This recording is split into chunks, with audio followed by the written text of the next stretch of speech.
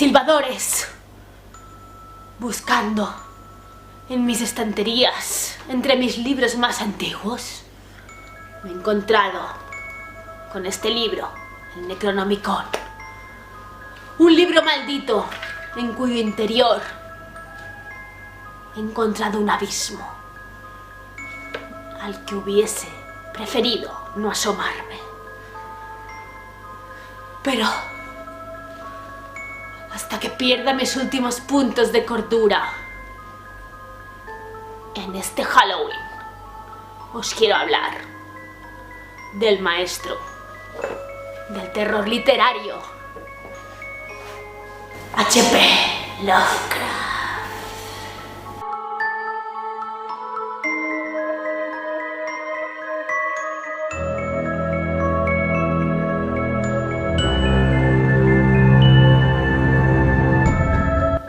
Howard Philip Lovecraft es uno de esos escritores que todo el mundo conoce o ha oído hablar, pero pocos han leído. Espero que tú seas una excepción. Es uno de esos escritores a quien todo el mundo le suena, pero pocos se han atrevido a adentrarse en sus páginas. Además, es un escritor que cuando intentas explicar su obra, mucha gente te mira como diciendo, ¿eso da miedo? ¿Eso es tan fantástico? Cuesta transmitir o explicar de qué va la obra de Howard Philip Lovecraft. Por eso voy a intentarlo, voy a intentar transmitiros el auténtico horror, miedo y maestría que tienen las obras de Lovecraft. Para poder entender los relatos y textos de este autor, primero tenemos que entenderlo como persona. Entender quién era Lovecraft y en qué círculo creció y vivió. Lovecraft nació en Providence, Nueva Inglaterra, a finales del siglo XIX. Provenía de una familia burguesa, de la alta burguesía, venida a menos.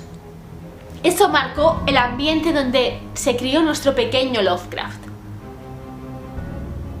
En su casa había un ambiente opresivo, con esos grandes valores de nobleza, de sentirse superior a los demás por parte de su familia, clasista y de frustración por haber visto mermada esa familia, su fortuna y sus derechos. Su madre le inculcó esos valores. Esa madre era una mujer muy posesiva y exigente, así que Lovecraft se crió en un ambiente bastante cerrado, ultraconservador y opresivo, sin amigos, sin casi salir de su casa, pues era bastante enfermizo y casi nunca iba a la escuela. La única evasión que el pequeño Lovecraft encontró fue la biblioteca extensa y amplia de su abuelo. Allí devoró libros y empezó a desarrollar una pasión por los clásicos griegos y por la ciencia. Con esa infancia nos encontramos a un joven Lovecraft que no ha desarrollado aptitudes sociales, no sabe cómo relacionarse con los demás y todo lo que está fuera de esa casa y de ese Providence natal donde ha crecido lo ve como una amenaza. Aún así, aun y haber crecido en ese ambiente tan ultraconservador, Lovecraft siempre fue un ateo aférrimo, un materialista y un mecanicista. Entendiendo quién era ese hombre, entenderemos su obra, pues en su obra volcó todos sus miedos más profundos, más absurdos, las partes más oscuras de su alma. Porque esa creencia tan atea, esa creencia en la nada, en el destino del hombre, donde no esperan paraísos ni infiernos, sino simplemente la nada, la erradicación del hombre era lo que más él temía. Así que en sus obras encontramos dioses extraños, dioses que plasman esos miedos. Estos dioses y entidades, deidades que aparecen en los relatos de Lovecraft no se asemejan para nada ni están basados en la tradición cristiana ni grecolatina. Son dioses que escapan al conocimiento humano y representan conceptos y leyes de la naturaleza mucho más fuertes y grandes que la humanidad. como Azathoth, el dios ciego y idiota. No son dioses con los que el hombre se pueda comunicar ni que les importe ni se preocupen por el destino de la humanidad. Ante ellos, el hombre es un ser ínfimo, pequeño.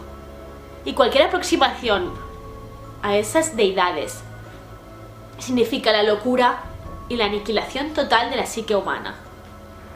Las historias de Lovecraft dan tanto miedo, quizá los únicos libros en los cuales he pasado miedo de real, porque reflejan la posición del hombre en el universo, la pequeñez que significa el hombre ante el vasto universo y ante todo lo desconocido.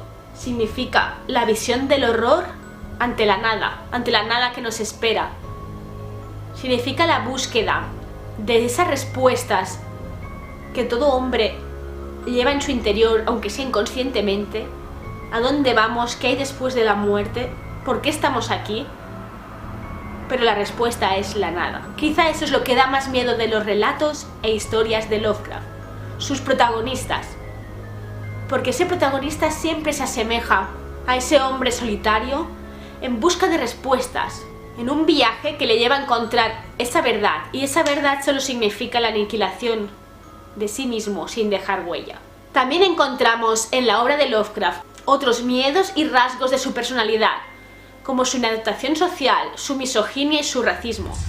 No son textos racistas ni que aboguen por esa misoginia, pero se notan detalles ahí, sobre todo inconscientes, de que era un hombre inadaptado, un hombre que tenía miedo al sexo opuesto, miedo aférrimo al contacto sexual y a sus semejantes, o a todo lo que fuera diferente a él. Casi no hay personajes femeninos en sus obras, y los pocos que hay, como por ejemplo en El horror de Dunwich, engendran junto a un dios maléfico una criatura inhumana y extraña. También personajes con rasgos extranjeros tienen los roles más viles en sus obras. Pero como os digo, toda esa misoginia o racismo aparece de un modo mucho más inconsciente, porque lo que a mí me llega más de Lovecraft, lo que me maravilla, es que no era un hombre que escribía para hacerse famoso, de hecho nunca lo fue, ni para transmitir un mensaje, simplemente volcaba sus pesadillas, sus miedos, dotándoles de nombre y forma de una manera que realmente da pavor. Esa parte más inconsciente, esos miedos tan absurdos y profundos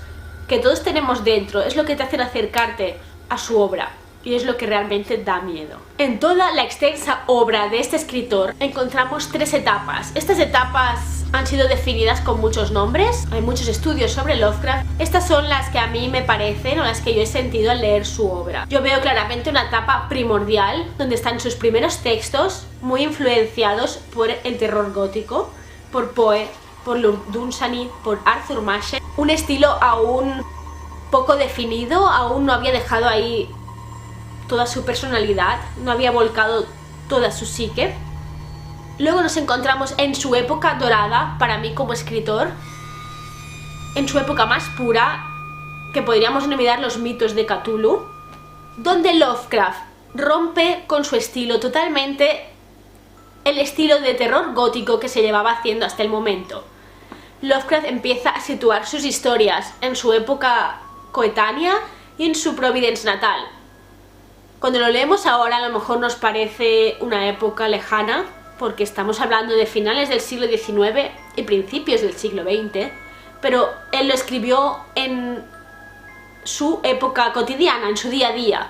Es decir, los terrores que se esconden ahí en el universo, en la parte más oscura de nuestras pesadillas, ya no estaban recluidos a casas encantadas, a cementerios y a sitios lúgubres en los Balcanes, sino que podían pasarte en tu día a día, en tu ciudad, a cualquier persona, incluso a ti. Si Lovecraft hubiese vivido ahora, sus personajes habrían tenido teléfonos móviles y hubiesen sido youtubers. Pero esos miedos, esas pesadillas, esos horrores y esa nada son comunes a todos. Esa pequeñez del hombre ante lo inhumano del universo era atribuible a cualquier persona, y eso es lo que creo que hace diferente también las obras de Lovecraft, que dan miedo porque pueden pasar a todos. Esa fue su mejor época, donde creó los textos cumbres de su carrera: El horror de Dunwich, Las sombras sobre Innsmouth, El extraño caso de Charles Dexter Ward, etcétera, etcétera. Empezó a publicar en revistas de poca monta, nunca fue muy famoso en vida. Y aquí llegó un momento que para él como persona fue muy importante. Lovecraft empezó a intercambiar correspondencia con otros autores que también escribían en esas revistas y a quienes les había llamado la atención sus historias. August Derleth, Clark Ashton Smith, Robert Howard.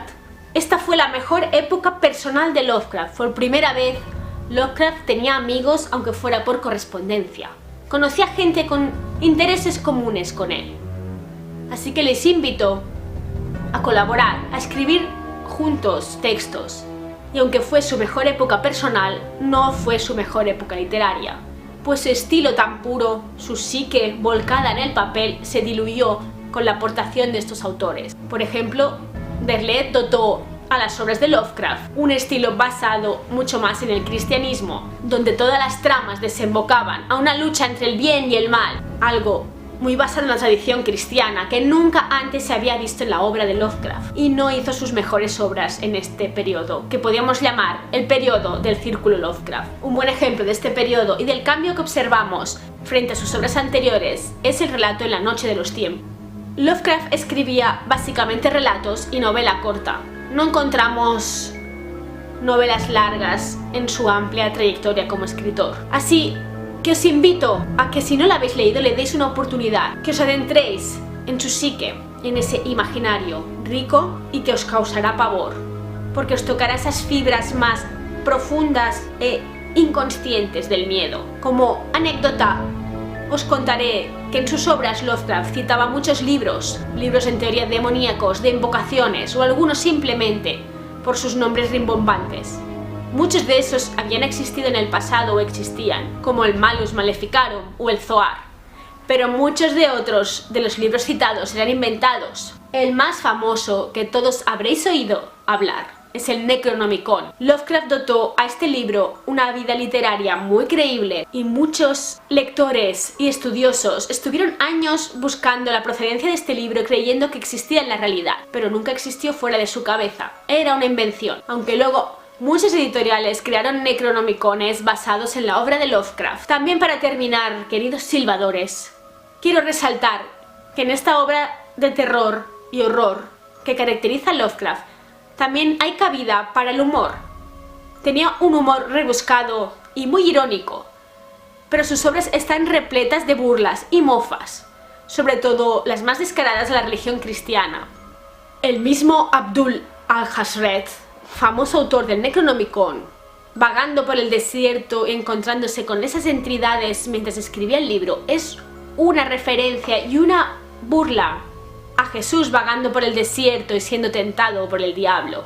También Liviana Wateley, uno de sus pocos personajes femeninos, en esa escena del horror de Dunwich donde copula con una deidad del abismo, engendrando un hijo que no es humano. Ahí vemos también la repulsa de Lovecraft por el sexo y el total desconocimiento ante el género femenino y ante las mujeres.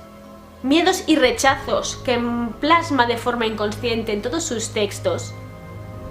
Esa misma escena es una burla a la Virgen María siendo engendrada por el Espíritu Santo. En ese humor rebuscado encontramos también parte de su personalidad. Un hombre inadaptado, con miedos, que rechazaba todo lo que no conocía, pero en el fondo quizá también con ganas de salir ahí fuera y de enfrentarse a lo que siempre había temido. ¿Y vosotros, silbadores,